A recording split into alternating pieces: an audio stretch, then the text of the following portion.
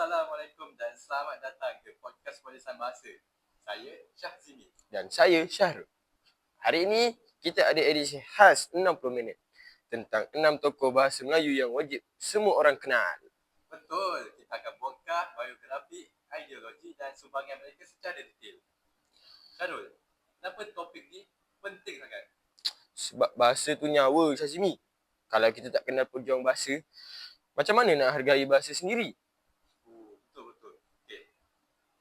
Jadi, mari kita mulakan dengan tokoh pertama, iaitu Zakbar, ataupun nama penuh beliau ialah Zainal Abidin Ahmad. Zainal Abidin Ahmad lahir tahun 1895 di Negeri Sembilan. Okey, untuk pengetahuan korang, pendidikan Inggeris di St. Paul's Institution buka minda dia, tapi hati tetap pada bahasa Melayu dia. Dalam pelita bahasa, dia sistematikkan tata bahasa. Dia juga berkata bahasa Melayu ni boleh diaturkan kaedahnya seperti bahasa lain di dunia. Zakbar juga mengkritik mentaliti orang Melayu yang terlalu berharap kepada nasib. Zakbar ni banyak sumbangan dia. Sumbangan terbesar Zakbar ialah buku ejaan Rumi, Jawi dan jadikan bahasa Melayu sebagai bahasa ilmu. Wah, hebat betul lah Zakbar ni. Okey, mari kita balik ke tokoh kedua, iaitu Raja Ali Haji dari Riau.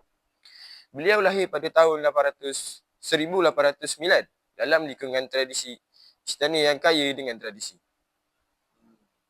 Bustanul Tertibin, karya dia menjadikan tata bahasa Melayu pertama yang sistematik. Raja Ali Haji menegakkan bahasa yang indah dan mencerminkan tamadun yang tinggi. Gurinam 12 pula gabung bahasa dengan nilai.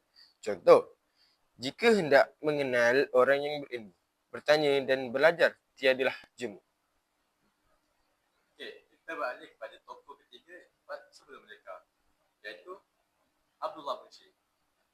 Syarul, Abdullah Munshi ni lahir pada tahun 1796 di Melaka. Abdullah Munshi ni bekerja dengan mubalik Inggeris. Jadi, Abdullah Munshi ni lebih terdedah pada pemikiran barat. Dalam hikayat Abdullah, dia berani kritik sistem feudal. Adapun segala raja-raja Melayu, itu terlalu amat zalimnya raja-raja Melayu pada zaman tu. Wah, berani sungguh Abdullah Munshi. Tapi Abdullah Munshi ni tujuan dia baik. Dia nak orang Melayu ni bukalah minda dia dan terima pada perubahan. Dia menggesa orang Melayu ni untuk belajar bahasa lain, untuk menjadikan orang Melayu ni lebih maju. Okay, Syazimi, kita dah cover 3 tokoh Perang Merdeka. 3 kan? Okey, kepada pendengar semua, SMS pendapat anda. Tokoh mana yang paling memberi inspirasi? Okey. Sementara tu, apa bezanya perjuangan bahasa dulu dan sekarang dulu? Okey, bahasa dulu, mereka ni berjuang tanpa institusi. Tapi sekarang, kita ada DPB. Tapi dengan cabaran globalisasi. Tapi walaupun dengan cabaran tersebut, semangat cinta akan bahasa ni tetap ada. Wah. Okey. Kita balik kepada tokoh Pasca Merdeka. Okey. Masuk dalam Pasca Merdeka ni, tokoh pertama Awang Sarian yang lahir pada tahun 1954 di Pahang. Beliau ni aktif dalam DBP dan sangat tegas pertahankan bahasa Melayu. Dalam lambang bangsa dia tulis, bahasa adalah lambang jati diri bangsa. Saya dengar Awang Sarian ni dia percaya kepada bahasa Melayu yang mampu menjadikan bahasa semua peringkat dari sekolah sampai universiti. Okey, mari kita beralih kepada tokoh seterusnya, iaitu Profesor Asmah Haji Omar. Profesor Asmah Haji Omar lahir pada tahun 1940 di Kedah. Beliau merupakan graduan PhD dalam linguistik dari University of London.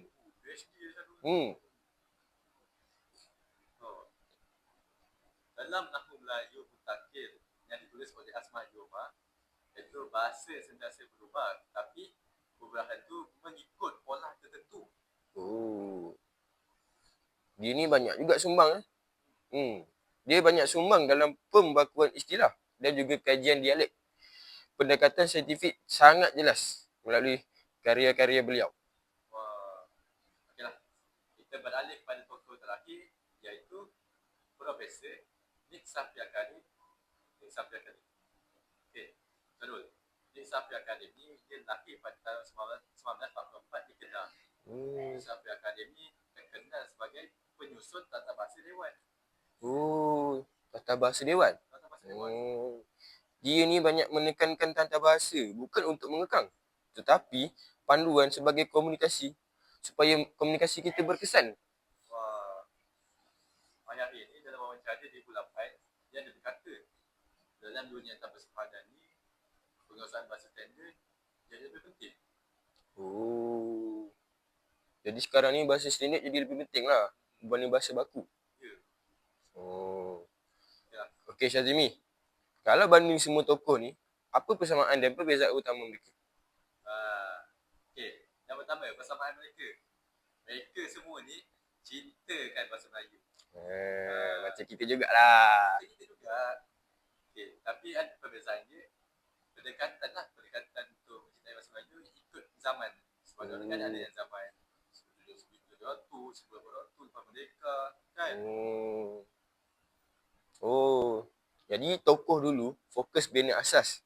Tetapi tokoh sekarang furus mantapkan dan adaptasi dengan perubahan mengikut zaman. Sebagai contoh, Zafar sebagai saintifik. Raja Ali Haji, tradisi.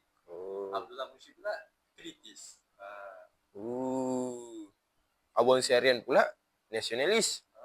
Asmah pula, saintifik. Dan yang terakhir sekali, Nik Syafai pula sebagai edukator. Okey. Yalah. Semua yang Syarul.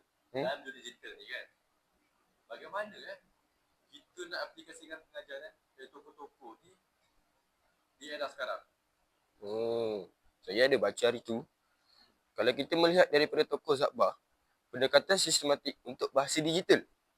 Manakala dari Raja Ahli Haji pula, kita perlu menjaga nilai dan etika bahasa tersebut. Saya rasa dari Abdullah Munsyi ni, kita kena berani beradaptasi dengan teknologi. Jadi tokoh dia, kita perlu pertahankan kedaulatan bahasa. Okey, baik.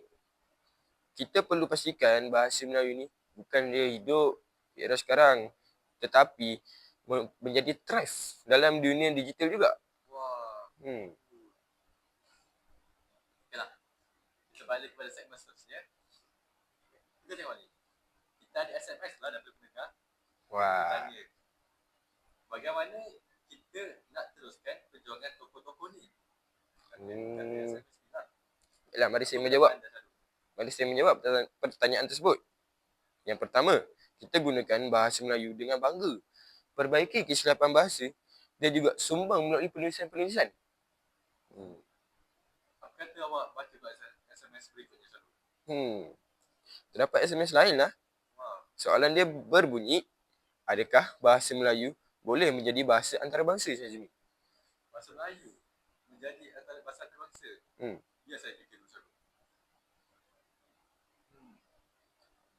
Selepas membuat penelitian kan, sebenarnya boleh je bahasa Melayu ni jadi bahasa antarabangsa. Tapi dengan syarat. Ada syarat dia? Ada syarat.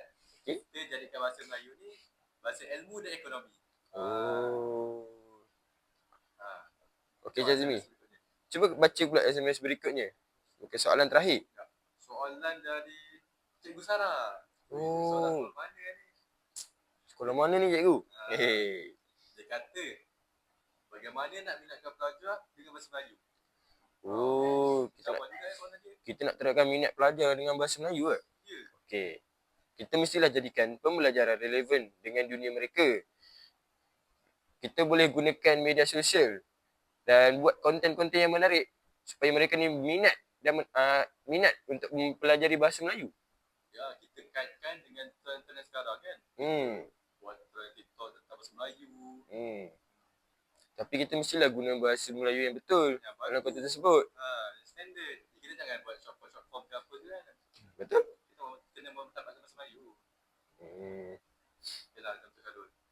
Nampaknya kita dah sampai hujung episod. Nampaknya masa telah mencemburui kita ya, pada para pendengar. Okay, Syarul. ada pesanan terakhir tak tu? Ada? Okey, pesanan saya berbunyi, bahasa Melayu yang kita guna hari ni ada sejarah panjangnya. Setiap kata tu ada nilainya, ada kisahnya sendiri. Betul lah tu. Jadi, apa kata kita semua ni jadi generasi yang bukan sekadar guna bahasa, tapi faham dan hargai perjuangan di sebaliknya. Kita hargailah perjuangan tokoh-tokoh kita yang sebelum ni. Dengar tu para pendengar. Ingat kata Zakbar, bahasa ialah nyawa bangsa kita. Okeylah. Nampaknya masa telah menjumpa kita.